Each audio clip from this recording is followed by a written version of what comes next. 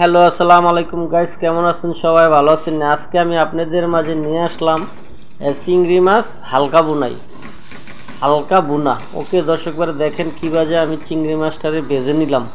ওই বাজার পরে একসাথে আমি কাঁচা পেঁয়াজ, টমাটো এবং কি রসুন একটু বড় বড় করে, পেঁয়াজ একটু বড় বড় করে একসাথে দিয়ে দেব। ওকে দর্শকরা দেখেন আমি কাঁচামরিচ, পেঁয়াজ, রসুন একসাথে দিয়ে দিলাম ওই তেলটার ভিতরে।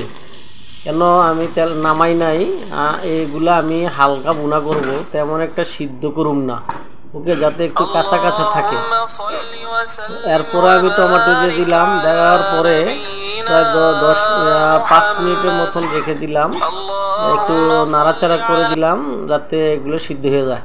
ওকে দর্শক হালকা একটু জল দিয়ে দিলাম, জল দেওয়া হয় নাই কিন্তু হালকা স্লাইড, কেন একটু জল না দিলে আবার একটু এই মাছগুলা এবং রসুনগুলা মিশবে না। ওকে দর্শক, যদি আমার ভিডিও ভালো লাগে লাইক কমেন্ট শেয়ার করে দেবেন। ওকে, আসসালামু আলাইকুম।